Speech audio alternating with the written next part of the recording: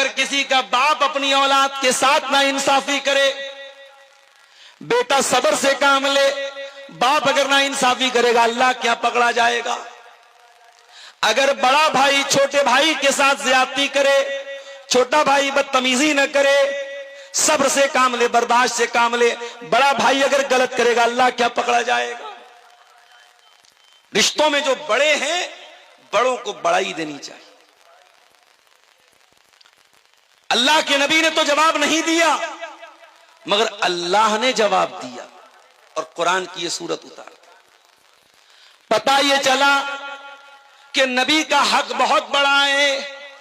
अगर अल्लाह के नबी को बुरा भला कहा जाए तो अल्लाह के नबी का डिफेंस करना चाहिए। अगर अल्लाह के नबी की शान पर हमला किया जाए, आपको गाली दी जाए, आपकी शान पर हमले किए जाएं, तो मुसलमान का कर्तव्य है, मुसलमान की जिम्मेदारी है, मुसलमान की रिस्पॉन्सिबिलिटी है कि वो अपने नबी का डिफेंस करे। बेगैरत है वो मुसलमान, बेहया है वो मुसलमान जिसके सामने उसके नबी को गाली दी जाए और गाली देने वालों को जाकर के वो इस्तेकबाल करे। इसी मुल्क में देखिए आप, सोशल मीडिया पर आपको ऐसे लोग भी मिलेंगे। एक वो औरत आजकल बड़ा चल रही है, कौन इलाही करके उसका नाम है, बड़ी मरदूद है वो औरत, खुलेआम इस्लाम के दुश्मनों से गले मिलकर के बातें करती है। एक कोई फैज खान साहब हैं, वो भी इस्लाम के दुश्मनों की सपोर्ट में और इस्लाम के खिलाफ बातें करते रहते हैं और मीडिया ऐसे लोगों को बड़ा कवरेज देता है। आज के दौर का मीडिया, हमारे मुल्क का मीडिया, आप इस्लाम को चार गाली दे दीजिए, अल्लाह के नबी के बारे में कुछ बुरा भला कह दीजिए, जन्नत का मजाक उड़ा दीजिए, जहन्नम का मजाक उड़ा दीजिए, मीडिया आपको कवरेज देगा। यह बात याद रखो मेरे भाइयों, नबी की शान सबसे बड़ी है। अगर नबी की शान पर हमला हो तो आपका खून खौल जाना चाहिए, आपके जज्बात भड़क जाने चाहिए। मैं आपसे यह नहीं कहता आप कानून अपने हाथ में ले लें, आप कोई ऐसा काम करें जो कानून के खिलाफ हो, कतान नहीं, लेकिन हां नबी का कोई बुरा भला कहा जाए और आपको कोई फर्क ना पड़े, आपके माथे पर कोई बल ना आए, इसका मतलब कि ईमान की गैरत आपके अंदर से निकल रही है मेरे साथ। अल्लाह के नबी का मकाम बहुत बड़ा है। जब जब नबी के ऊपर हमला किया गया, नबी को बुरा भला कहा गया, अल्लाह ने कुरान में अपने नबी का डिफेंस किया। नबी को अल्लाह ताला ने 4 बेटियां दी और बेटे जो हुए सब बचपन में इंतकाल कर गए। इब्राहिम पैदा हुए बचपन में इंतकाल कर गए, कासिम पैदा हुए बचपन में इंतकाल कर गए, अब्दुल्ला पैदा हुए बचपन में इंतकाल कर गए। लोगों ने कहा अरे ये नबी, इनकी तो नस्ल ही आगे नहीं बढ़ेगी, इनकी तो कोई औलाद ही नहीं है, इनका तो कोई बेटा ही नहीं है, ये तो दुम कटे हुए हैं। लोगों ने नबी को दुम कटा हुआ कहा, इनकी तो दुम कटी है, इनका कोई बेटा नहीं है। अल्लाह ने कुरान में सूरह कौसर नाजिल कर दी, इन्ना आतैना कल कौसर, ऐ नबी हमने आपको कौसर अता किया है, हमने आपको बहुत ज्यादा भलाई अता की है, बहुत ज्यादा बरकत अता की है, बहुत ज्यादा खैर अता किया है। फसल्ली लिरब्बिका वनहर, ऐ नबी आप अपने रब के लिए नमाज पढ़िए और अपने रब के लिए कुर्बानी कीजिए। इन्ना शानियका हुवल अबतर, ऐ नबी आप दुम कटे नहीं है, आपकी नस्ल खत्म होने वाली नहीं है, आपके दुश्मन की नस्ल खत्म होने वाली है। नबी की नस्ल कहां खत्म है?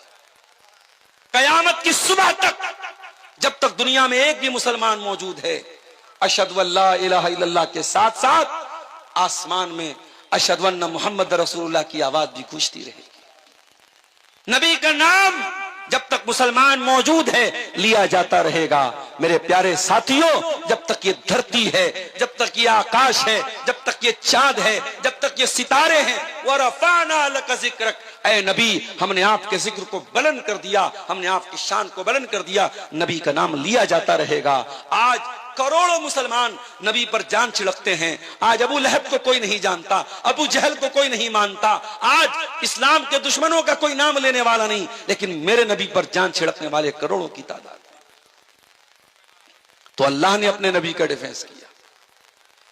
अबू लहब अपने हाथों से पत्थर मारा करता था अल्लाह के नबी को, अल्लाह ने फरमाया तब्बत यदा अबी लहब व तब, ऐ मेरे नबी पर पत्थर मारने वाले अबू लहब, तेरे दोनों हाथ टूट जाएं, तेरे दोनों हाथ बर्बाद हो जाएं जिन हाथों से तू मेरे नबी को तकलीफ पहुंचाया करता था। अच्छा, अबू लहब का नाम अब्दुल उज्जा था, लेकिन अल्लाह ने ओरिजिनल नाम बयान नहीं किया, अबू लहब बयान किया। ऐसा क्यों किया अल्लाह ने? यह बताने के लिए कि अबू लहब का नाम अबू लहब इसलिए पड़ा क्योंकि बहुत खूबसूरत था। लेकिन ये लोगों, अबू लहब को अल्लाह ताला जहन्नम की आग में डालेगा और जहन्नम की आग का अंगारा बन जाएगा। हकीकत में वो अबू लहब बन जाएगा, अंगारे का बाप बन जाएगा। नाम उसका कुछ और था, अब्दुल उज्जा नाम था, मगर कुरान में अल्लाह ने उसका ओरिजिनल नाम नहीं लिया, जो डुप्लीकेट नाम था, जो सरनेम था, जिस नाम से वो मशहूर था, वही नाम अल्लाह ताला ने कुरान में दिया। उसके बाद फरमाया मा अगना अन्हु मालुहु व मा कसब, ना तो अबू लहब का माल उसके काम आया, ना उसकी कमाई उसके काम आई। बहुत पैसे वाला था, लेकिन न कब्र में अल्लाह के अजाब से उसका पैसा उसको बचाएगा, न कयामत के दिन अल्लाह के अजाब से उसका माल उसको बचाएगा। ऐ रतनी वालों, माल कमाओ मना नहीं करता, पैसा कमाओ मैं मना नहीं करता, मगर याद रखो अगर तुमने ये पैसा मस्जिदों में खर्च नहीं किया, मदरसों में खर्च नहीं किया, यतीमों पर खर्च नहीं किया, गरीबों पर खर्च नहीं किया, ये पैसा कल आखिरत में तुम्हारे कोई काम नहीं आएगा। मरोगे सब बाल बच्चों के लिए छोड़ के जाओगे, 2 गज जमीन मिलेगी, उससे ज्यादा कुछ नहीं मिलेगा। और कब्र में मुनकर नकीर आएंगे तो नोटों की गड्डी नहीं दे पाओगे, खाली हाथ दुनिया से जाओगे। कयामत के दिन अल्लाह ताला जिन बंदों का नाम अमाल बाएं हाथ में देगा, जो फेल हो जाएंगे, जो नाकाम हो जाएंगे, कुरान कहता है जब बाएं हाथ में नाम अमाल मिलेगा तो क्या कहेंगे? वह अम्मा मन ऊतिया किताबहू बिशिमालिही, जिसका नाम अमाल बाएं हाथ में दिया जाएगा वो कहेगा या लैतनी लम ऊत किताबिया व लम अद्री मा हिसाबिया, ऐ काश मेरी किताब मुझको न दी गई होती, काश मैं अपना हिसाबो किताब न जानता। या लैतहा कानतिल काजिया, ऐ काश दुनिया में जो मौत आई थी उसी मौत पर मेरा काम तमाम हो गया होता। मा अगना अन्नी मालिया, मेरा माल मेरे किसी काम नहीं आया। कयामत के दिन आपका माल आपके कोई काम नहीं आएगा। अबू लहब का माल उसके कोई काम नहीं आया। वमा कसब, और उसकी कमाई उसके कोई काम नहीं। कमाई से क्या मुराद है? उलमा ने लिखा कमाई से मुराद बेटे हैं, उसके बेटे भी उसके कोई काम नहीं आए। 3 बेटे थे उसके, एक का नाम उतबा, एक का नाम उतैबा, एक का नाम मुअत्तब। उतबा, उतैबा, मुअत्तब 3 बेटे थे अबू लहब के, और उनमें से 2 बेटे अल्लाह के नबी के दामाद थे। रिश्ता तय हुआ था, शादी हुई थी, अभी रुखसती नहीं हुई थी। अल्लाह के नबी की मजली बेटी रुकैया और मजली से छोटी उम्मे कुलसूम, इन दोनों लड़कियों का निकाह तय हुआ था अबू लहब के 2 बेटों से, उतबा से, उतैबा से। मगर जब कुरान की ये सूरत उतर गई तब्बत यदा अबी लहब, अबू लहब ने अपने बेटों से कहा तलाक दे दो। तलाक दे दिया उन दोनों ने, अभी रुखसती नहीं हुई थी, तलाक हो गई। अब बाद में जो उतबा था वो तो ईमान ले आया, वो सहाबी हो गए उतबा, और जो उतैबा था वो नबी का दुश्मन था, अपने बाप का साथ देता था।